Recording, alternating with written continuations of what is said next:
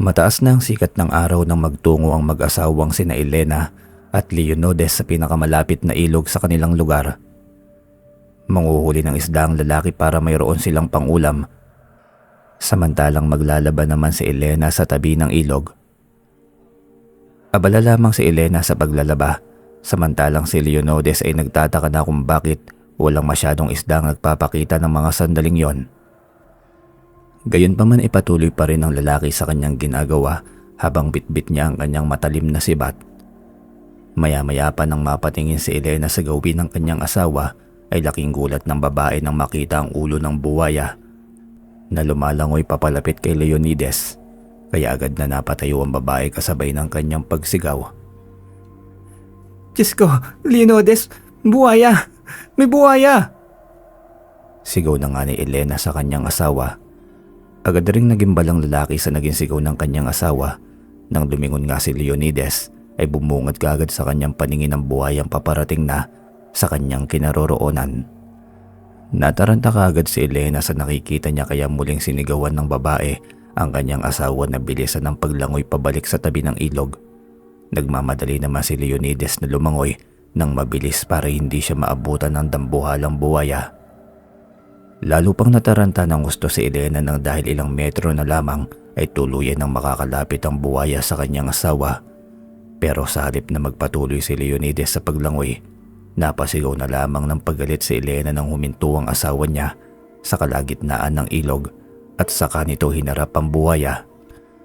Sigaw na sigaw si Elena dahil sa ginawang yun ng asawa nito. "Huwag kang mag-alala, mahal. Kaya ko na to." Sambit pabalik ni Leonides para pakalmahin ang asawa niyang nagwawala na sa magkahalong inis at pag-aalala nito. Habang hinihintay ni Leonidas ang paglapit ng buwaya sa kanya, sinikap pa rin ni Elena na kumbinsihin ang asawa niyang lumangoy na ulit papalayo roon. Kaya lamang, sa halip na umalis doon si Leonidas ay nanatili lamang siya at inihanda ang kanyang sarili upang labanan ng buwaya gamit ang kanyang sibat. Tuloy wala nang mapagsidlan ng pagkataranta ni Elena. Pinagalitan ng babae ang asawa niya habang nasa gitna sila ng panganib, pero nagmistulang bingi ang lalaki. Hindi niya pinakinggan si Elena at itinuon niya na lamang ang kanyang atensyon sa buwayang papalapit na ng papalapit sa kanyang kinaroroonan. May katigasan din kasi ang ulo ni Leonides dahil sa halip na iligtas ang sarili ay mas pinili pa ng lalaki na makipagbuno sa buwayang iyon gamit ang kanyang sibat. Kahit alam ni Leonides na posibleng hanggang doon na lamang ang kanyang buhay pagkatapos siyang lapain ng buwaya, nanaig pa rin ang kanyang katapangan. Tuloy ay napaiyak na lamang si Elena sa bawat pagkakataong umaatake kay Leonides ang buhayang iyon. Wala nang ibang nagawa ang babae kundi sabihin na lamang sa asawa niya na mag-iingat ito. Wala sa oras din na napatawag si Elena sa Panginoon para tulungan at gabayan ang asawa niyang nakikipaglaban sa dambuhalang buwaya ng ilog. Elena! Ang bomba! Ihanda mo ang bomba! Bilisan mo! Sigaw ni Leonides habang dinedepensahan ang sarili niya sa bawat pag-atake ng buhayang iyon. Taranta nang ang hinanap ng babae ang bombang sinasabi ni Leonides dahil sa kabang nararamdaman ni Elena. Hindi niya kagad nahanap yun kung nasaan dahil binalot nila ito kanina ng damit. Kaya naman pinagsisipa na nga ng babae ang lahat na nakaumbok na mga damit na hindi pa nababasa hanggang sa natamaan na rin niya ang bomba. Kaagad yung pinulot ni Elena saka siya patakbong lumapit sa tabing ilog na siyang pinakamalapit sa kinaroroonan ni Leonides. Hinagis niya ang bomba sa kanyang asawa at sa kabutihang palad ay nasalo naman yon ng lalaki. Agad ring inihanda ni Leonides ang kanyang sarili para gamitin ang bombang yon para pasabugin ang bungo ng buwaya. Matagal na nilang alam na mayroong buwaya sa ilog na yon, kaya kada magtutungo sila roon ay nagdadala talaga sila ng bomba para ipanlaban kung sakaling magpapakita ang nilalang. Minalas nga lamang sila at nagpakita sa kanilang buwaya sa pagkakataong yon. Minsan lamang magpakita ang buhayang yon, pero talagang ang mag-asawang yun pang natsyempuhan. Hindi naman ganun kalaki ang buwaya ngunit hindi rin masasabing maliit. Sakto lamang para kalabanin ni Leonides. Dambuhalang buwaya nga ang inilalarawan nila rito dahil iyon ang pinakamalaking buwaya na nakita nila sa buong buhay nila. Maya-maya pa, pumupula na ang ilog dulot ng magkahalong dugo ni Leonides at ng buwaya. Napakarami ng sugat ng lalaki kaya hindi naman malaman ni Elena ang kanyang gagawin. Napatawag na ngang muli ang babae sa ngalan ng Diyos at sa lahat ng santo na alam niya. Daig ba niya ang babaeng hindi mapirme sa kinatatayuan dahil sa kawalan niya ng magagawa sa pagkakataong yon? Gusto sanang tulungan ni Elena ang asawa niya kaya lamang ay hindi niya alam kung paano.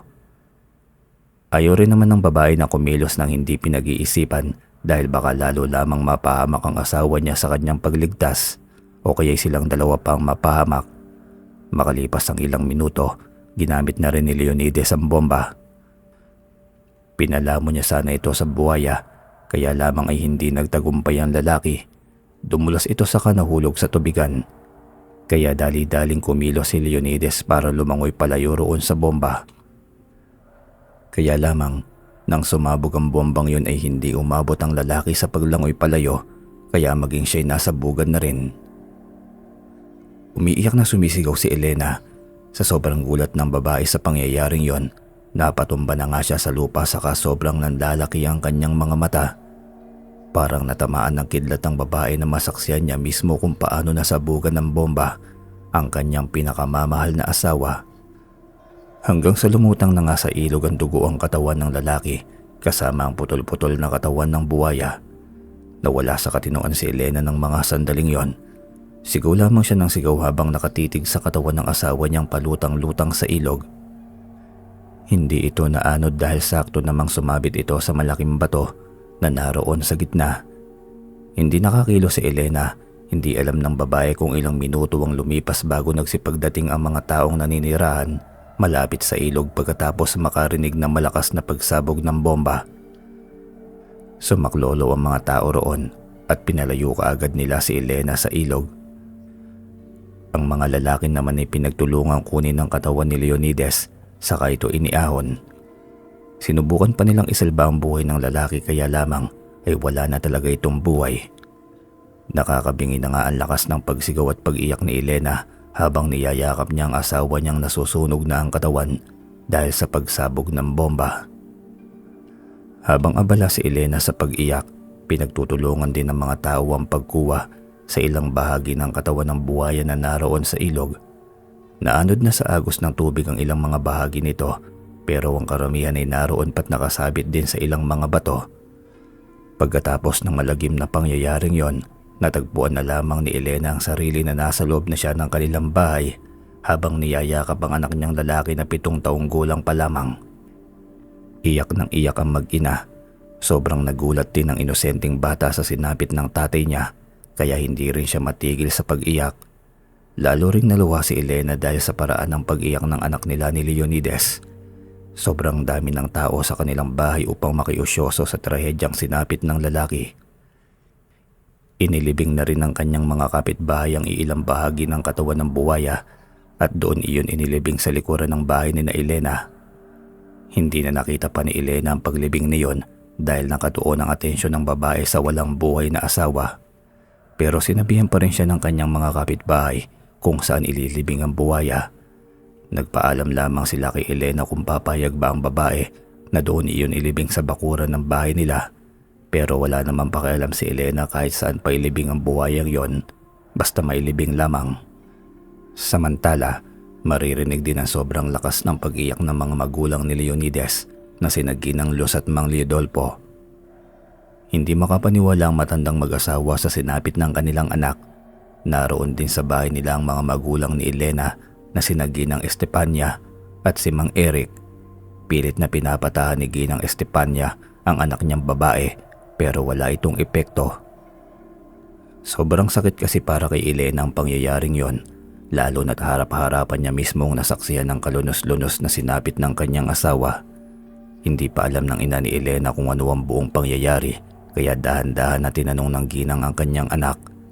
Pilit naman yung sinasagot ni Elena habang humihikbi pa siya. Habang nagsasalita nga si Elena ay hinimas-himas naman ng ama niya ang kanyang likuran para pakalmahin ito. Binigyan na rin siya ng tubig ng kanyang ina pagkatapos ay ikinuwento ni Elena ang nangyari sa ilog. Halos hindi nga makapaniwala ang kanyang mga magulang. Hindi rin nila maintindihan kung bakit pinili ni Leonides na harapin ang buhayang yon sa halip na lumayo na lamang para iligtas ang sarili. Naisip tuloy ng ama ni Elena na si Mang Eric na maaaring gumana lamang ang pagiging matapang ni Leonides para kalabanin niya ang dambuhalang buhaya na yon. Kung minsan talaga'y mayroon ding masamang epekto ang pagiging matapang ng isang tao. Napahamak si Leonides dahil sa pinamalas niyang katapangan. Saad ni Mang Eric sa kanyang anak. Sumangayon naman si Ginang Estapania sa sinabi ng kanyang asawa. Naisip din ng Ginang na posibleng ginawa iyon ni Leonides para sa kaligtasan ng lahat ng tao sa kanilang lugar. Malaki raw ang posibilidad na naisipan ni Leonides na paslangin ang buhayang yon dahil paminsan-minsan lamang ito kung magpakita. At nang sa gayon ay hindi na nabubuhay pa ang pangamba ng mga tao sa tuwing maliligo sila sa ilog. Dahil doon ay lalo tuloy na iyak si Elena dahil sa kabayanihang ipinamalas ng asawa. Panay banggit ni Elena na naging bayani nang wala sa oras si Leonides. Tumangutango na lamang si Ginang Estepania habang pinapahiran niya rin ang kanyang sariling luha. Ilang araw na lamang ang lamay at ihahatid na kaagad si Leonides sa huli niyang hantungan. Hindi pa rin makapaniwala si Elena sa pangyayaring yon. Sobrang sakit para sa kanya ang sinapit ng kanyang asawa. Hindi sukat akalain ng babae na magiging balo siya ng maaga. Nag-alala na tuloy siya para sa kinabukasan ng anak nilang si Estoy, lalo na't wala ng katuwang ang babae sa pagpapalaki sa batang yon. Pagkatapos mailibing ni Leonides, hindi pa rin humupa ang pagluluksa ni Elena. Sariwang-sariwa pa rin ang sakit sa puso niya na para bang kahapon lamang nangyari ang pangyayaring iyon sa ilog, hanggang sa sumagi sa isipan ni Elena ang tungkol sa pangil ng buhaya. Naisip niyang posible na naroon ang pangil ng buhaya sa kinalilibingan nito. May paggagamitan kasi ang babaeng iyon sa pangil ng buhaya. Kaya nang sumapit ang hating gabi, tiniyak niyang nakatulog na ng mahimbing ang kanyang anak. Nang matiyak niyang malalim na nga ang pagkakahimbing ng bata, palihim na lumabas ng bahay si Elena. Nagpunta siya sa likuran ng bahay nila sa hinanap kung saan banda roon inilibing ang buhaya. Lampara lamang ang gamit ng babae para ilawan ang hinahanap niya. Nang matagpuan niya iyon, ay bahagyang bumilis ang pintig ng kanyang puso. Kinakabahan siya sa hindi malamang dahilan. Kaagad niyang kinuha ang pala sa silong ng bahay. Saka hinukay niya ang tahimik na pinaglilibingan ng buhaya. Doon ay natuwa si Elena nang makita niya ang kanyang hinahanap. Nakita niya nga ang pangil ng buhaya, kaya agad niya yung pinutol saka kinuha mula sa bibig ng dambuhalang hayop. Napaluhan na namang muli si Elena nang titigan niya ang pangil dahil hindi sukat akalain ng babae na buhay ni Leonides ang kapalit sa pangil na yon. Noon pa kasi ay nais na ni Elena na makakuha ng pangil ng buhaya dahil gagawin niya iyong agimat. Nakaramdam tuloy ng kirot sa puso ang babae nang maisip niya ang pagsasakripisyo ni Leonides sa kanyang buhay makuha lamang ang pangil na yon. Mayroon kasing bertud si Elena na gawing agimat ang iilang espesyal na bagay, kaya binalak niyang magsagawa ng ritual para gawing agimat ang naturang pangil. Sa ganoong paraan, magkakaroon din ng panibagong kabuluhan ng pagkamatay ng kanyang asawa. Sa gabi ring iyon ay sinagawa kaagad ni Elena ang ritual habang tulog pa ang kaisa-isa nilang anak. Ginawa niyang agimat ang pangil. Nahihirapan si Elena sa umpisa pero nilakasan niya ang kanyang kalooban. Umugot siya ng malalim na konsentrasyon hanggang sa lumipas ang maraming minuto ay nagawa niya rin ang kanyang ninanais. Gamit ang natatanging bertud ng babae, nagtagumpay siya sa kanyang ginagawa na gawing agimat ang pangil ng buhaya. Itinago niya kagad ang agimat na yon dahil maaari na iyong magamit balang araw. Makalipas ang ilang linggo, alas 8 ng gabi at maaga natulog si Elena kasama ng kanyang anak. Nang mahimbing na ang kanyang pagtulog ay nakaramdam ng sakit ang babae sa kanyang leeg, kaya nagising kagad siya. Nagtataka siya kung ano iyong nararamdaman niya dahil hindi ito ordinaryo. Kaya bumangon na muna siya at nakiramdam sa paligid. Hanggang sa ilang sandali pa'y nagulantang na lamang si Elena nang makita ang sigbin na sumisip-sip ng dugo ng kanyang leeg. Kaya agad siyang sumigaw sa baikuan ng kanyang agimat Nagising na rin ang batang si Estoy. Sinigawan kaagad ng babae ang anak niya na pumunta roon sa gilid ng sulok ng bahay. Kaagad namang sumunod ang bata dahil natataranta na rin ito at hindi alam kung ano ang nangyayari. Nilabanan kaagad ni Elena ang sigbin na yon. Malakas din ang sigbin dahil kahit papaano ay nakasipsip siya ng kaunting dugo mula kay Elena. Bahagya na nga nasusugatan ng babae pero hindi siya sumuko. Ginamit niya ang lahat ng lakas niya para kalabanin ang sigbin habang si Estoy ay umiiyak na sa isang tabi dahil hindi nakikita ng bata kung sino ang kalaban ng kanyang inay. Tanging si Elena lamang pala may kakayahang makakita ng sigbin dahil sa taglay niyang bertud. Maya-maya pa, tagumpay na nga napas lang ni Elena ang sigbin na yun gamit ang agimat niya, ang pangil ng buwaya. Agad niyang niyakap si Estoy na umiiyak ng gusto sa sulok sa kanilang silid at walang naiintindihan sa pangyayari. Labis namang nagtataka si Elena kung kaninong alaga ang sigbin na yon at kung bakit siya inatake nito. Sa pagkakaalam kasi ng babae, hindi basta-bastang umaatake ang sigbin sa mga tao kung walang utos sa kanila. Hindi pinatahimik si Elena sa pag-iisip sa bagay na yon, kaya hindi nga siya nakatulog ulit hanggang sa sumapit na ang umaga. Dahil doon ay nagdesisyon ng babae na lumapit sa kakilala niyang manghuhula ng kanilang baryo. Gusto niyang ipahula kung sino ang may-ari ng sigbin at bakit bigla siya nitong inatake. Wala naman kasing kaaway si Elena para gawin sa kanya yon, kaya nagtataka na nga ang babae. Iniwanan na muna ni Elena sa pinagkakatiwalaan niyang kapitbahay ang kanyang anak. Hindi niya pwedeng isama si Estoy sa pupuntahan niya lalo na't masyado pang inosente ang isipan ng batang yon para maintindihan ang gagawin niyang pagpapahula. Panitanong pa nga si Estoy kung saan daw pupunta si Elena at kung anong gagawin nito. Hindi naman nagsabi ng totoo ang babae. Dinadahilan niya lamang sa kanyang anak na may pupuntahan lamang daw siya saglit at kaagad rin itong babalik. Mabuti na lamang at hindi na nangungulit pa si Estoy, kaya nagkabili na nga si Elena sa anak niya na huwag itong aalis doon sa bahay ng kapitbahay nila. Iniwanan niya na rin si Estoy ng kaunting barya para may pambili ang bata kung sakaling magutom ito. Mayroon kasing isang maliit na tindahan ng kapitbahay nilang iyon. Pagkatapos nun ay umalis na nga ang babae. Kagad siyang dumiretso sa bahay ng kakilala niyang manghuhula na si Matilde. Nasa iisang baryo lamang ang bahay nila kaya mabilis na nakarating si Elena roon. Pagdating niya ay agad siyang inasikaso ni Matilde. Hindi pa matanda si Matilde. Kung titignan ay halos magkaedad lamang sila ni Elena. Pero mas matanda nga lamang ang edad ni Matilde. Sadyang may batang itsura lamang ang manghuhulang iyon. Pinatuloy kaagad ni Matilde sa kanyang bahay ang bisita. Nagtanong agad ang babaeng manghuhula kung ano ang sadya ni Elena sa kanya. Minsan na rin umutang ng pera si Elena kay Matilde, kaya akala ng manghuhula ay pera na naman ang sadya nito. Agad na nga yung tinanggihan ni Matilde bago pa man masabi ni Elena ang kanyang sadya. Wala kasing pera si Matilde sa pagkakataong yon dahil nagkasakit ang asawa niya at naubos ang pera nila sa pangbili ng gamot. Pero iyon pala'y hindi agad napansin ni Matilde na iba ang sadya ni Elena sa kanya. Kumunot naman ang noo ni Matilde dahil doon. Sa kanya napansin na mukhang magpapahula nga si Elena sa kanya. Para linawin ang sadya ni Elena roon, sinabi niya na nga kay Matilde na may gusto siyang ipahula sa babaeng iyon. Dahan-dahang hinawi ni Elena ang nakalugay niyang buhok. Saka pinakita kay Matilde ang sugat doon sa kanyang leeg na sanhi ng pagsipsip ng sigbin sa kanyang dugo. "Teka, sigbin yan, Elena!" Gulat na saad ni Matilde kalakip ng pagbilog ng kanyang mga mata. Hindi pa man nabanggit ni Elena na kagat nga iyon ng sigbin. Nawalaan na kagad ni Matilde kung anong uri ng nilalang amigawa nun. Dahil doon ay mas lalong sumeryoso ang timbla ng mukha ng babaeng manghuhula.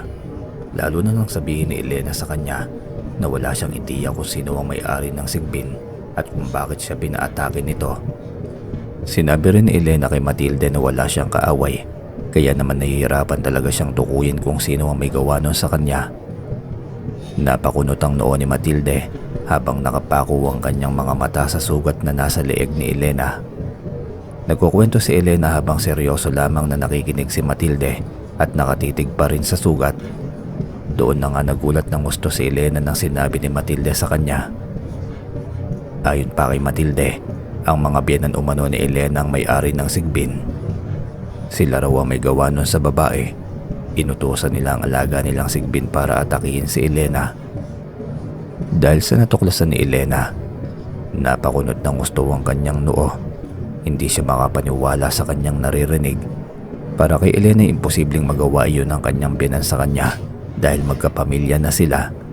Wala ring maisip na matinong dahilan si Elena kung ano ang posibleng rason ng kanyang mga biyenan at kung bakit iyon nagawa sa kanya. Ayaw maniwala ni Elena sa hula ni Matilde. Malaki kasi ang tiwala niya sa kanyang mga biyenan, pero buo rin ang kanyang tiwala sa kakayahan ni Matilde. Tuloy ay nalilito na si Elena kung sino ang dapat niyang paniwalaan, hanggang sa nagsabi si Matilde na lahat ng kanyang hula ay totoo. Kaya hindi dapat pagdudahan ang nakikita ng babae sa kanyang balintataw. Kaya lamang ilabis na nagtataka si Elena kung bakit siya naisipahamak ng kanyang sariling mga biyenan. Wala kasi siyang naaalala na may kasalanan siya sa mga ito. Sa huli ay sinikap na lamang ni Elena na buksan ang kanyang isipan at sa lahat ng posibilidad, pinili niyang paniwalaan ang hula ni Matilde. Pagkatapos nun ay inabutan na ni Elena ng kaunting salapi ang manghuhula. Sa umpisa ay hindi pa ito tinanggap ni Matilde dahil likas sa pagkatao ng manghuhulang yon ang pagiging mahiyain. Pero pinilit ni Elena na tanggapin nito ang kaunting salapi na bayad niya sa manghuhula. Saka naman nagpasalamat si Elena sa babae. Ganon din ang manghuhula sa kanya. Nagpaalam na nga si Elena sa manghuhula saka umuwi na sa kanila. Habang naglalakad pa uwi si Elena, wala sa sarili siyang napaisip sa lahat ng posibilidad kung bakit siya naisipahamak ng kanyang mga biyenan. Ang unang bagay na sumagi sa isipan ng babae ay ang tungkol sa pagkamatay ni Leonides dahil sa pagkuha niya ng pangil ng buwaya. Kinabahan kaagad si Elena nang maisip niyang iyon ang posibleng ikinagagalit ng mga magulang ng namayapa niyang asawa. Maaari kasing si Elena ang sinisisi ng kanyang biyenan sa pagkamatay ng kanilang anak.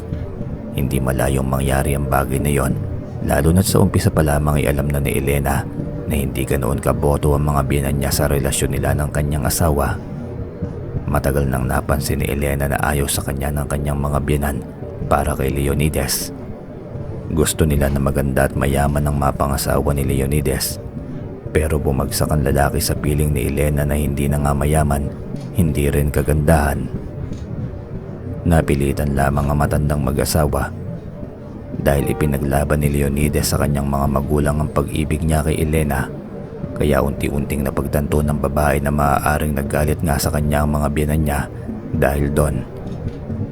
Nang makauwi si Elena ay agad niyang kinuha ang bugtong niyang anak na si Estoy at pinauwi na sa kanila. Nag-isip si Elena kung ano ang dapat niyang gawin. Litong-lito pa rin siya sa hula na yon ni Matilde hanggang sa lumipas ang ilang araw. Mayroon nang nabuong desisyon ng babae. Nagdesisyon si Elena na lumikas muna sila roon, pansamantala't doon na muna manatili sa bahay ng kanyang sariling mga magulang. Sa ganoong paraan ay mas matitiyak niya ang kaligtasan nilang dalawa ng kanyang anak kaysa roon sa bahay nilang silang dalawa lamang ang nakatira. Inaya na nga ng babae ang anak niya na maghanda na at kumilos dahil aalis na muna sila sa kanilang bahay. Nay, saan po tayo pupunta? Bakit po ang dami niyong dalang mga damit natin? Tanong ni Estoy sa kanyang ina. Sa lola't lolo mo anak, doon na muna tayo sa kanila. Tugon naman ni Elena sa anak niya. Po, bakit naman po? Iiwan natin ang ating bahay dito? Kunot noong tanong ng inosenteng bata. Hindi na iyon sinagot pa ni Elena. Nagpatuloy lamang ang babae sa pagbabalot ng mga gamit na kakailanganin nila sa paglikas doon. Biglaan iyon kaya hindi napigilan ng bata ang magtaka. Hindi nagtagal ay umalis na nga ang mag-ina sa bahay nila. Inulan din sila ng mga tanong mula sa kanilang mga kapitbahay pero walang ibang tugon si Elena kundi babalik din daw sila kaagad. Sa kagubatan ng mabilis na daanan para makarating kaagad sa bahay ng mga magulang ni Elena, mayroong shortcut sa kagubatang iyon na kaunti lamang ang nakakaalam. Kaya doon na nga sila dumaan ng kanyang anak. Hindi pa rin matigil sa pagtatanong si Estoy sa kanyang ina kung bakit daw sila umalis ng kanilang bahay. Pero ganoon pa rin ang ginagawa ni Elena. Hindi niya pa rin sinasagot ng maayos ang anak niya. Lagi niyang nililihis ang usapan para mawala roon ang atensyon ng bata. Habang nasa kalagitnaan na nga sila ng kanilang paglalakad, nagulantang na lamang si Elena nang harangin sila ng 3 malalaking ahas sa unahan. Kakaibang kilos ng mga ahas na yon dahil sa halip na gumapang palayo ay gumagapang pa ang mga yon papalapit kay Elena na para bang nais nilang tuklawin ng babae. Tuloy ay agad na nataranta si Estoy at mabilis na kumapit sa damit ng kanyang ina. Agad namang inilabas ni Elena ang kanyang agimat saka inihanda ang sarili para labanan ng mga ahas. Kinakabahan si Elena ngunit nilakasan niya ang kanyang kalooban para bugawin ang mga yon. Kaya lamang ay hindi nagpabugaw ang mga ahas. Hindi natakot ang mga yon kay Elena kaya walang ibang nagawa ang babae kundi ilabas ang kanyang agimat na pangil ng buwaya para gamitin iyong panlaban sa mga ahas. Pinapunta lang ng babae sa gilid ang anak niya para ba hindi ito madamay o masugatan man lamang. Makalipas ang ilang minuto ay napaslang na niya ang isang ahas. Sumunod naman ang isa pa hanggang sa naputulan niya ng ulo ang 3 ahas na yon. Mabuti na lamang at hindi natuklaw ang babae. Pagkatapos niyang paslangin ng mga ahas ay nilapitan na nga niya ang anak niyang kinakabahan na sa gilid. Sa kanya sinabi sa bata na kailangan na nilang maglakad ng mabilis para makalabas na sila doon sa kagubatang iyon. Mabilis ang bawat hakbang ni Elena habang hawak-hawak niya ang pulsuan ng kanyang anak. Hinihingal na siya pero tinitiis niya pa rin iyon hanggang sa hindi nagtagal ay nakarating na nga silang dalawa ng anak niya sa bahay ni Ginang Estefania at ni Mang Eric. Nagulat ang mag-asawa nang makita nila ang kanilang anak at apo na pawis at halatang may tinatakbuhan. Kaagad na ngang pinapasok ni Ginang Estefania sina Elena at Estoy. Namamasana ng pawis sa mga damit na suot ng mag-ina kaya pinagbihis muna sila ng mag-asawang Estefania at Eric bago pinaulanan ng tanong si Elena. Matapos magbihis ay nag-uusap na nga sila. "Elena, anak, ano bang nangyayari at napasugod ka bigla rito sa bahay? Saka bakit ang dami mong daladalang damit, iha? Daig mo pang naglayas ah. Saan ba kayo papunta ng apo ko?" Sunod-sunod na tanong nga ng ama ni Elena na si Mang Eric na siya namang tinatanguan lamang ni Ginang Estefania. Doon sinabi ni Elena sa kanyang mga magulang na doon muna sila mananatili sa bahay ng mga ito kahit ilang araw o linggo lamang. Binanggit ni Elena na may hindi magandang pangyayari sa bahay nila at nag-aalala siya na hindi lamang para sa kanya sarili kundi para na rin sa kaligtasan ni Estoy. Ayaw pa nga sanang sabihin ng babae ang eksaktong dahilan pero nagpumilit ang kanyang ina na ipaliwanag niya ang sinasabi niyang kakaibang pangyayari sa kanilang tahanan. Napilitan na nga si Elena na sabihin iyon sa mga magulang niya. Ipinaliwanag ni Elena kina Ginang Estefania at Mang Eric na wala pang 1 linggo matapos siyang muntik ng mapaslang ng isang sigbin. Mabuti na lamang at nagising siya bago pa maubos ng sigbin ang pagsipsip ng kanyang dugo.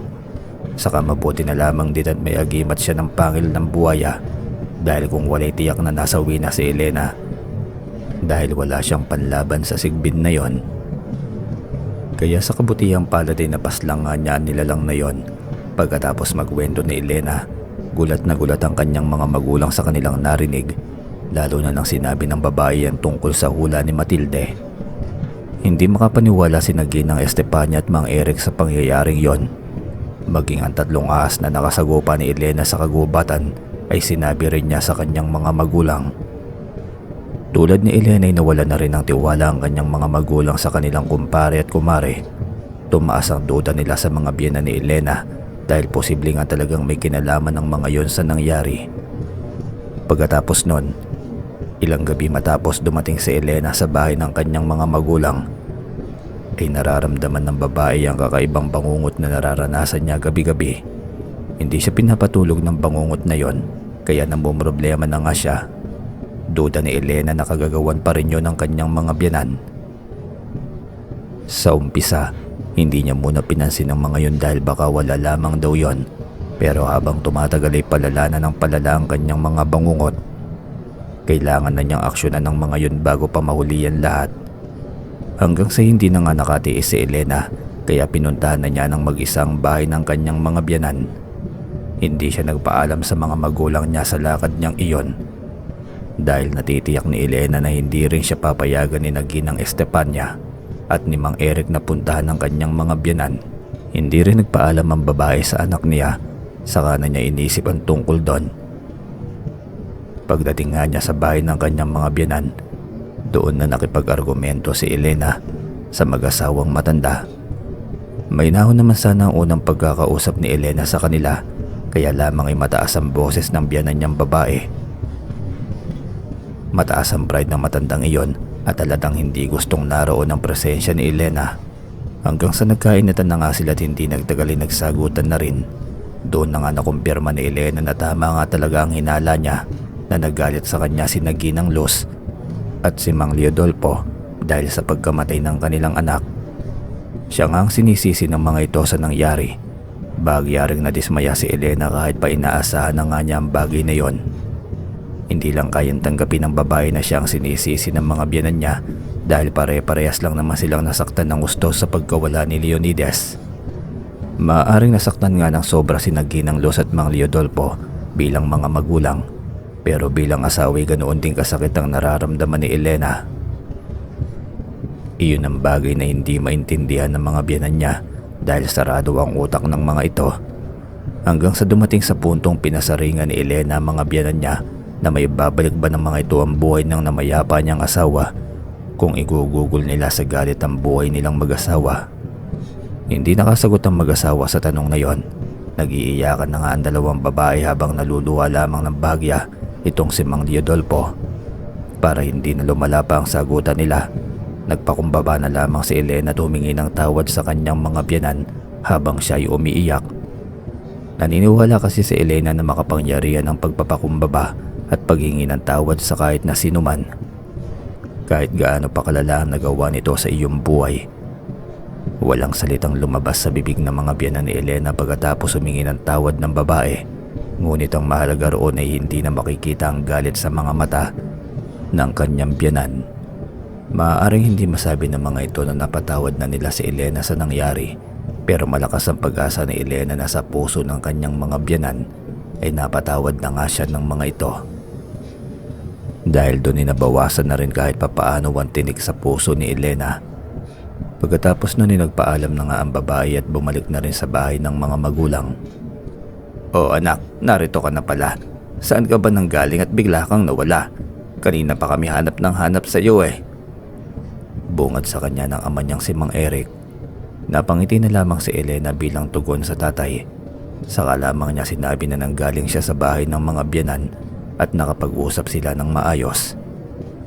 Makalipas ang ilang araw, napapansin ni Elena na bumubuti na ang kanyang pakiramdam. Hindi na nararamdaman ng babae ang mga pangkukulam sa kanya. Tinigilan na rin kasi siya ng kanyang mga biyanan at sinikap na mag-asawa na tanggalin ang galit sa kanilang puso. Mula noon ay namuhay na ng mapayapa si Elena kasama ang nag-iisa niyang anak. Nagpaalam na rin siya sa kanyang mga magulang saka bumalik na sa kanilang sariling bahay. Naging panatag na si Elena matapos mangyari ang bagay na yon sa pagitan nila ng kanyang mga biyanan. Akala ng babae ay doon na magsisimulang muli ang kapayapaan sa kanyang buhay, pero nagkakamali siya. Kung kailan iniisip niyang ayos na ang lahat, saka naman dumating ang panibagong malas o tinik sa kanyang lalamunan. Gabi-gabing napapansin ni Elena na mayroong katok ng katok sa kanilang bahay. Noong unang beses na nangyari yun ay pinagbuksan niya pa. Kaya lamang nang tingnan niya sa labas kung sino ang kumakatok ay wala siyang nakitang sinumang tao roon. Kaya noong ikalawang beses na may kumatok, hindi na ito pinagbuksan pa ng babae. Kinakabahan na kasi siya dahil baka isa yung masamang nilalang. Unang gabi pa lamang na nangyari yon, hindi na mapalagay si Elena. Ang akala nga niya hanggang doon lamang yun at hindi na masusundan pa. Pero ganun na lamang ang gulat ng babae nang sa mga sumunod na gabi ay may kumakatok muli sa pinto nila. Malakas iyon at mabilis. Para bang nagmamadali na mapagbuksan. Pero hindi na talaga nagtangka pa si Elena na pagbuksan ng kung sino mang baliw na panayang katok. Hindi rin naman naniniwala si Elena sa mga multo kaya hindi niya iniisip na minumulto siya. Nasundan pa ang mga pangyayaring yon ng maraming beses tuwing gabi. Halos ilang linggo na nga silang binabagabag ng katok na yon. kaya maaga niyang pinapatulog ang anak niyang si Estoy para hindi mag-ingay ang bata.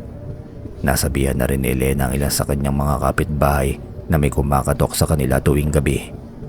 Nagtanong pa ang babae sa mga kapitbahay niya para alamin kung nangyari din ba sa mga ito ang nangyayari sa kanila tuwing gabi, pero hindi raw.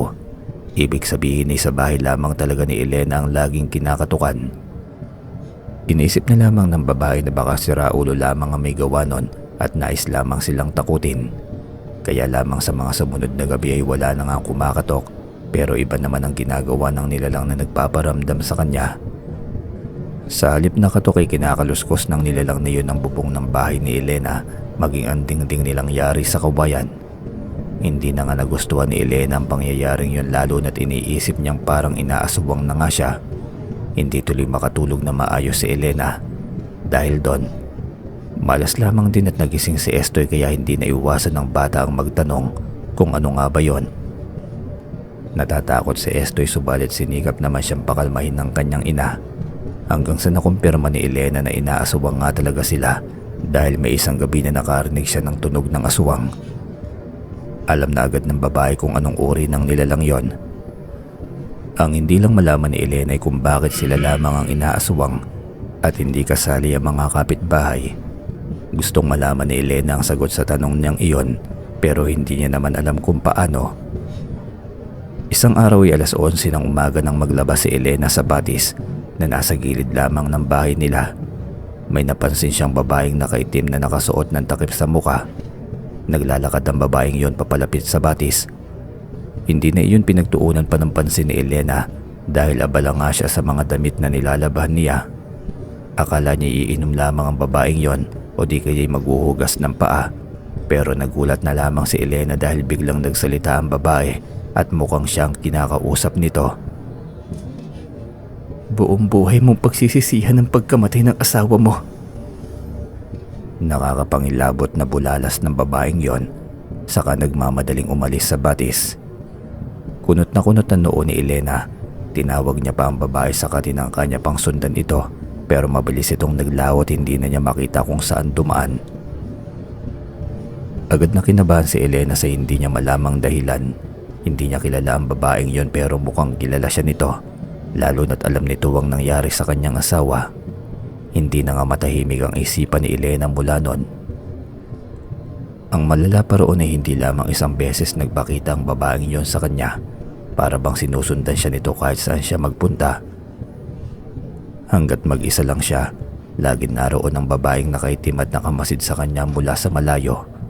May isang beses na sinubukang habulin ni Elena ang babaeng yon para kausapin, pero hindi niya magawang abutan dahil mabilis na nawawala ang babae. Pakiramdam tuloy ni Elena ay hindi naligtas ang kanyang buhay. Wala siyang kahit nakatiting na ideya kung ano ang sadya ng babaeng yon sa kanya. Lingid sa kaalaman ni Elena, ang babaeng yon ay may parte sa buhay ng namayapa niyang asawa na si Leonides. Hindi may tuturing na kabit ni Leonides ang babaeng yon dahil hindi ito pinatulan ng lalaki noong nabubuhay pa siya. Pero hindi ito basta-basta lamang sa buhay ni Leonides dahil ang babaeng yon ay matagal nang umiibig sa kanya. Mas nauna pa siyang dumating sa buhay ng lalaki kaysa kay Elena. Hindi pa man nakikilala ni Elena si Leonides, naroon na ang babaeng yon at palihim na umiibig sa asawa ni Elena.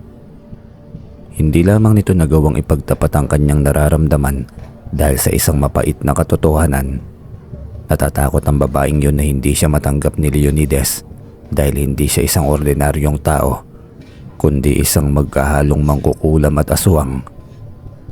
Walang kamali-malay si Elena na magugulong muli ang kanyang buhay dahil sa babaeng karibal niya sa namayapa niyang asawa. Ilang araw mula nang magparamdam ang babae sa kanya, lalong bumigat ang pakiramdam ni Elena dahil muli niyang naramdaman sa kanyang katawan na parang kinukulam na naman siya. Pamilyar na sa kanya kung ano ang pakiramdam ng makulam dahil nakulam na nga siya noon ng kanyang mga biyanan. Kaya naman alam na ng babae na sa pagkakataong yun ay kinukulam na naman ito. Kahit ginamit na ni Elena ang bertod niya at ang kanyang agimat na pangil ng buwaya, nahihirapan pa rin siyang labanan ng kulam na yon. Ibig sabihin nun, talagang pinaghandaan ng mangkukulam ang pangkukulam nito sa kanya. Hindi rin may tatangging malakas ang kapangyarihan ng naturang mangkukulam dahil kaya nitong labanan ng agimat ni Elena. Dahil doon ay nakaramdam siya ng inis. Walang ibang pumasok sa kanyang isipan kundi ang mga biyenan niya pa rin. Walang ibang kakilalang mangkukulam si Elena kundi ang mga biyenan niya lamang. Bagamat hindi alam ng mga tao na mangkukulam ang mga ito, pero siya'y alam niya yon. Kaya ang ginawa ni Elena, sinugod niya ang kanyang mga biyenan sa bahay nito. Sinikap pa rin niyang pakalmayin ang sarili pero hindi niya maiwasang magalit.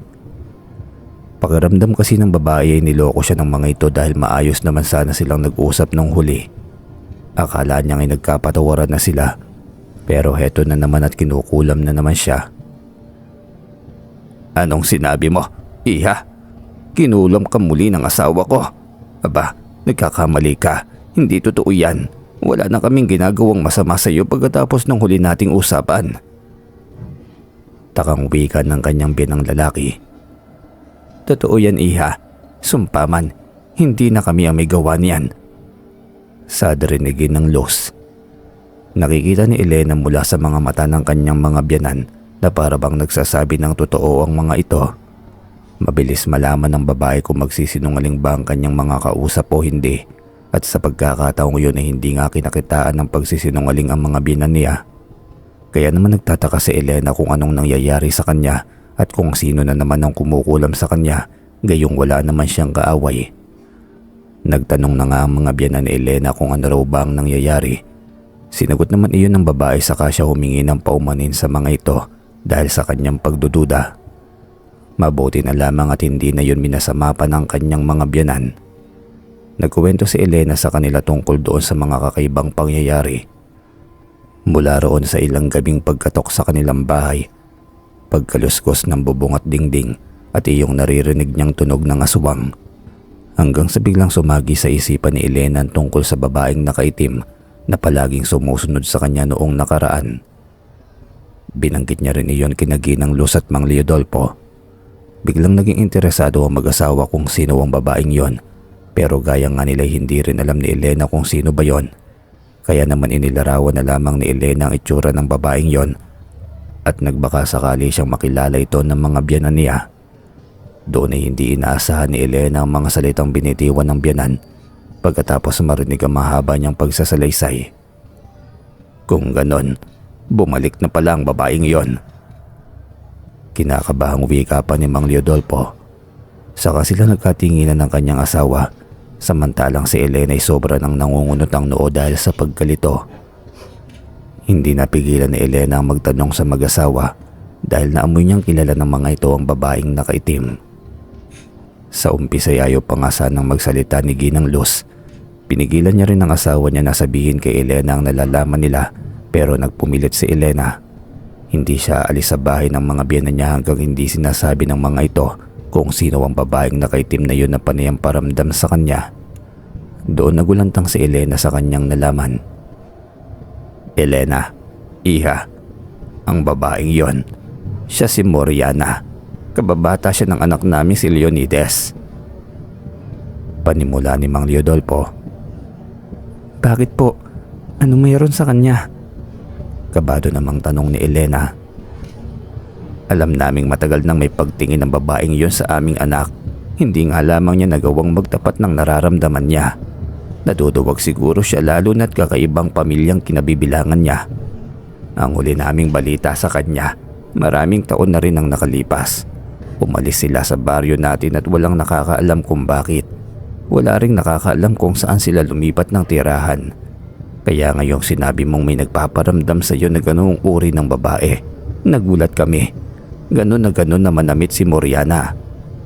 Purong itim at lagi nagsusuot ng telang pantakip sa kanyang muka. Mahabang paliwanag ni Mang Leodolfo.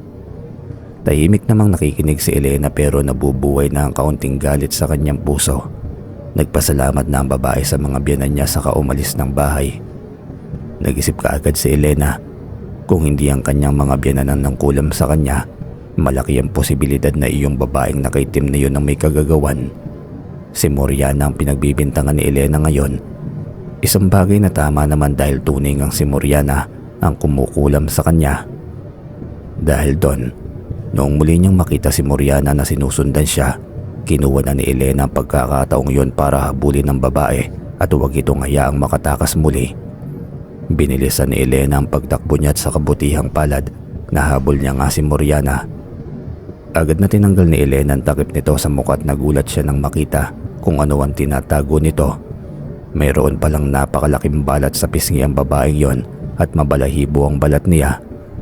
Sobrang itim nun pero hindi iyon ang pinagtuunan ng pansin ni Elena. Kinumpronta niya si Moriana at nagsigawan na nga silang dalawa. Nagbanta si Elena sa babae na tigilan na siya nito dahil hindi rin daw niya uurungan si Moriana. Pero walang ni isa sa kanila ang natakot. Kung matapang si Elena ay matapang din si Moriana. Ang sabi pa nga ni Moriana ay hindi raw siya natatakot kay Elena o sa kahit na sino man. Nagulat si Elena nang sabihin ni Moriana na nakulong na pala ang babaeng yon kaya hindi siya natatakot na muling makahimas ng rehas. Kumpirmado rin si Moriana nga ang kumukulam kay Elena dahil inamin ito ng babae sa harapan mismo ni Elena. Pagkatapos ng mainit na usapan nilang yon ay umalis na nga nang walang paalam si Moriana. Saka naiwang mag-isa si Elena at hindi pa rin makapaniwala sa kanyang nalaman. Kahit papaano nakaramdam tuloy ng kaunting kaba ang babae dahil galing na pala sa kulungan ng binabangga niya o ang pumangga sa kanya. Pagkatapos nun ay kinuwento ni Elena sa kanyang mga magulang ang tungkol sa nangyari. Sinabi niyang may panganib na naman sa kanyang buhay dahil kay Moriana. Iniwasan ni Elena na malaman ng kanyang anak ang tungkol doon dahil masyado pang bata ang anak niya para mabuhay na puno ng takot at pangamba. Kaya silang matatanda lamang ang nakakaalam ng tungkol doon. Napapaisip si Elena kung ano ang kailangan ni Moriana sa kanya. Hindi niya kasi naitanong sa babaeng yung kung ano ang sadya nito at ginugulo niya ang buhay ng babae gayong wala naman siyang kasalanan kay Moriana. Kung tungkol naman kay Leonides, na mayapa na ang lalaking yon kaya ano pang kailangan ni Moriana. Para kay Elena wala nang saysayang ginagawa ng babaeng mangkukulam dahil patay na ang lalaking minahal nilang pareho. Pero para naman kay Moriana, kailangan niyang may paghiganti ang pagkamatay ni Leonides kahit wala pa rin kasalanan si Elena sa pagkasawi ng buhay ng kanyang asawa. Gusto lamang ni Moriana na may masisi siya sa nangyari. Nakulong kasi si Moriana dahil ipinagtanggol niya si Leonides noon. Inako ng babae ang kasalanang hindi naman niya ginawa. May aksidente kasing napaslang si Leonides at hindi niya ito sinasadya. Dahil naging saksi si Moriana sa pangyayaring yon, siya ang umako ng krimen. Iyon ang patunay na totoong minahal ni Moriana si Leonides. Iyon din ang sikretong pinakaiingatan nila na hanggang sa kasalukuyan ay hindi pa rin alam ni Elena. Maging ang mga magulang ni Leonides, hindi rin alam ang tungkol sa pangyayaring iyon. Kaya nang makalaya si Moriana mula sa pagkakabilanggo, masayang-masaya ang babae at una niyang pinuntahan si Leonides. Pero nagulat lamang siya nang sabihin ng mga tao na patay na nga ang lalaking iyon. Nadurog ang puso ni Moriana. Hindi siya makapaniwala sa nangyari. Si Leonides lamang ang palagi niyang iniisip nung nasa loob pa siya ng kulungan. Dahil ang lalaking yun lamang ang pinaguhugutan niya ng lakas. Kaya nang malaman niyang patay na ito, nabuhay na naman ang matinding galit sa kanyang puso. Si Elena na nga ang sinisisi ni Moriana sa nangyari kay Leonides. Kaya gusto niyang pahirapan si Elena. Dahil doon ay nilakasan ni Moriana ang pangkukulam niya kay Elena. Pilit naman yung nilalabanan ng babae gamit ang agimat niyang pangil ng buwaya. Pero malakas talaga si Moriana. Lalo na't higit siyang pinalakas ng galit na lumamon sa kanyang puso. Nagpatulong na nga si Elena sa mga biyanan niya para labanan ang kulam ni Moriana. Pero hindi nanalo ang mga ito. Natalo sila sa lakas ni Moriana. Pinayuhan ni Ginang Lo si Elena na magpatulong siya sa ibang mangkukulam na kayang labanan ng kulam ni Moriana. Kaya lamang ay walang sapat na perang pambayad si Elena sa kanila. Hindi basta-bastang makahingi ng tulong ang babae, lalo na tungkol iyon sa pangkukulam dahil buhay ang nakataya roon. Kung sino man ang magpasyang tutulong kay Elena, siguradong malalagay sa alanganin ang buhay nito dahil isa yung labanan na buhay ang nakataya. Kaya walang nais tumulong kay Elena dahil wala siyang pambayad. Manganganib na nga ang buhay, wala pang matatanggap na bayad. Walang sino man ang magpapakabayani para gawin ang bagay na yon. Dahil doon ay napilitan si Elena na mag-isip ng ibang paraan para tulungan ang sarili. Naisip niyang baka kulang lamang ang pagsisikap niyang paganahin ang kanyang bertod at agimat laban sa mga masasamang elemento. Kaya ang ginawa niya ay nagsagawa siya ng isang ritual. Naalala ni Elena na mayroong itinurong ritual ang kanyang lolo noon bago ito namayapa. Ang ritual na yun ay patungkol sa kung paano palakasin ang kanyang bertod.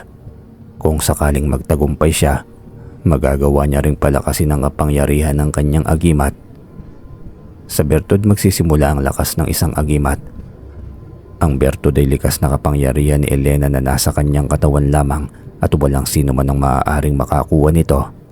Dalawa lamang ang patutunguhan ni Elena sa isinasagawa niyang ritual.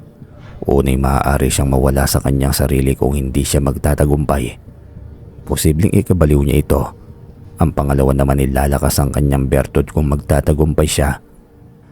Kaya nagdasal na nga si Elena sa kung sino mang Diyos-Diyosan niya. Sa kanya isinagawa ang ritual sa kalagitnaan ng gabi habang mahimbing nang natutulog ang kanyang anak. Mahigit 2 oras ang ginugol ng babae sa ritual na yon. Nangihina na nga siya dahil ginamit niya ang lahat ng kanyang lakas. Pero sa huli ay nagtagumpay ang babae.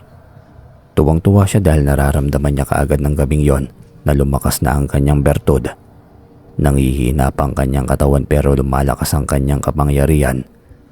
Dahil doon, nang manumbalik na rin ang pisikal niyang lakas ay kinuha niya na kaagad ang kanyang agimat. Doon niya sinalihan ng anumang kakayahan ng agimat na yon at pinalakas niya ito. Nagtagumpay ulit ang babae. Sobrang sarap sa kanyang pakiramdam sa bawat pagkakataong nagtatagumpay siya sa kanyang ginagawa. Nang matiyak niyang sapat na ang lakas ng kanyang agimat para labanan ang kulam ni Moriana, agad niya na nga yung ginawa. Nilalabanan ni Elena ang kulam ng babaeng iyon sa lahat ng pagkakataon. Dahil doon ay unti-unti nang humihina ang epekto ng kulam. Hindi na ito gumagambala sa katawan ni Elena hanggang sa tuluyan nang nawala ang epekto nito. Nagtagumpay muli si Elena sa pakikipaglaban niya sa kulam ng babaeng yon. Samantalang si Moriana naman, labis siyang nahihilo dahil natalo nga siya ni Elena. Hindi makapaniwala si Moriana na mayroon palang kakayahan si Elena na labanan ang kanyang kapangyarihan. Dahil doon ay nagalit ng gusto ang mangkukulam. Nag-isip si Moriana ng ibang paraan kung paano siya makakaganti kay Elena. Hindi na niya matatalo si Elena sa laban ng kulam, kaya idadaan niya lamang ito sa laban ng pisikalan. Kaya ang ginawa ni Moriana, pumanhik siya isang gabi sa bahay ni Elena. Tahimik lamang siya para walang sino man na makapansin sa kanya. Naghahanap si Moriana ng tamang pagkakataon para gawin ang balak niya na dukutin si Estoy. Sa ganoong paraan, magagawa niyang pasundin si Elena sa lahat ng gusto niya, mabawi lamang ang anak nito. Kaya sa gabing yun na makahanap ng tamang tiyempo si Moriana, agad na niyang kinuwa't dinukot si Estoy. Malakas ang babaeng iyon kaya nagawa niyang buhatin ang bata na parang isang sakong bigas lamang. Agad namang sumigaw si Estoy kaya naman naalarma si Elena. Sa gabing yun ay naganap ang habulan ng 2 babaeng hindi ordinaryo. Sigaw ng sigaw si Elena habang hinahabol niya ang anak niya. Sigaw rin ang sigaw si Estoy dahil takot na umiiyak na nga ang bata. Samantalang si Moriana ay tuwang-tuwa na marinig si Elena na labis na natataranta. Patuloy lamang sa pagtakbo si Moriana habang humihingi na ng tulong si Elena sa mga kapitbahay nila habang hinahabol niya ang nandukot sa kanyang anak. Sobrang bilis tumakbo ni Moriana hanggang sa marating ng babaeng mangkukulam ang kanyang bahay. Hindi tuloy napansin ni Elena na medyo malayo na pala ang kanilang tinakbo. Pagdating nila roon ay napalingon si Elena sa paligid at nakita niyang may ilan na ngang mga kapitbahay ang naroon sa likuran niya dahil nakihabol din ng mga ito. Wala na isang kapitbahay si Moriana pero malakas ang loob ng babae. Hindi siya natatakot sa posibleng matalo siya dahil wala naman siyang ibang kakampi. Nilagay agad ni Moriana si Estoy sa upuan doon at saka mabilis na itinali ang bata. Hindi makalapit si Elena sa kanila dahil may hawak na patalim na kutsilyo si Moriana. Isang maling hakbang lamang ni Elena ay hindi magdadalawang isip si Moriana na saktan ng bata. Kaya hindi po pwedeng magpadalos-dalos si Elena sa bawat kilos niya. Ano bang problema mong baliw ka? Ibalik mo sa akin ang anak ko. Pakiusap na nga sigaw ni Elena. Pero wala siyang ibang natanggap na tugon mula kay Moriana kundi isang malakas na halakhak lamang. Isang halakhak na sobrang sakit sa tenga dahil napakatulis ng tinig nito. Parang tinig nga ng isang masamang mangkukulam. Tawa ng tawa si Moriana habang umiiyak naman sa takot ang inosenteng bata na bihag niya. Pinaglalaroan pa ni Moriana sa leeg ni Estoy ang matalim niyang kutsilyo. Lahat ng mga taong naroon ay nag-aalala na para sa bata, maliban na lamang siyempre kay Moriana na tuwang-tuwa sa kanyang ginagawa. Samantalang si Elena ay halos sasabog ng magkahalong nararamdaman niya, galit at pag-aalala. Galit na galit si Elena kay Moriana sa mga sandaling yon at iniisip niya na kung paano niya susuntukin ng babaeng mangkukulam sa oras na makahanap siya ng tamang pagkakataon. Maya-maya pa'y nagsasalita na nga iyong mga kapitbahay ni Elena. "Hoy babae, bitiwan mo na ang batang yan." "Nababaliw na yata ang babaeng yan, pati batay dinadamay na." "Oo nga eh. Hoy, kung ano man yung alitan nyo ni Elena, huwag mo idamay ang anak niya. Kawawa naman yung bata oh." "Tumahimik kayo, wala kayong kinalaman, kaya huwag kayong makialam dito." Galit pa nga sigaw pabalik ni Moriana sa kanila. Isa-isa pang pinanduduro ni Moriana ang mga kapitbahay ni Elena. Gusto niyang paalisin ang mga ito dahil naaalibadbara na siya sa pagmumukha nila, pero hindi umalis sa mga kapitbahay ni Elena. Gusto rin nilang tumulong na kunin si Estoy mula sa kamay ng babaeng mangkukulam na yon. Maya-maya pa'y dumating ang mga magulang ni Elena kasabay ang kanyang mga biyanan. May kapitbahay si Elena na nagbalita sa dalawang mag-asawa na dinukot nga ni Moriana ang apo nila, kaya taranta agad ang mga ito at sabay silang nagpunta sa kinaroroonan ng bahay ni Moriana. Panisigawan na nga sila roon para patigilin si Moriana sa ginagawa niya kay Estoy dahil halos hindi na makahinga ang bata sa pag-iyak niya dahil sa takot. Sa bawat iyak ni Estoy, palaki naman ng palaki ang nararamdamang galit ni Elena kay Moriana. Dumating na nga sa puntong nagpakumbaba na lamang si Elena. Nagmakaawa siya kay Moriana na ibalik na nito ang kanyang anak, pero hindi nakinig ang babaeng mangkukulam. Sa halip ay biglang nagseryoso si Moriana. Unti-unting tumahimik ang paligid nang magsimulang magsalita ang babaeng mangkukulam tungkol sa mga hinanakit niya sa lahat ng nangyari sa kanyang nakaraan. Doon ikinuwento ni Moriana ang pait ng naranasan niya habang hawak-hawak niya pa rin ang kanyang bihag na bata. Para siyang baliw na isinasalay ang nangyari noon. Sinimulan niya yun sa insidenteng nangyari maraming taon nang nakalipas tungkol doon sa aksidenteng napaslang ni Leonides. Sinabi ni Moriana sa lahat ng naroon na inako niya ang kasalanan ni Leonides para lamang patunayan sa lalaki na mahal niya nga ito. Pero noong nakulong siya, nabalitaan niya lamang na nakapag-asawa na si Leonides at si Elena nga iyon. Ang malalapay na matay si Leonides para lamang ibigay kay Elena ang matagal na niyang inaasam, ang pangil ng buwaya. Galit na galit si Moriana habang ikinukuwento niya yon.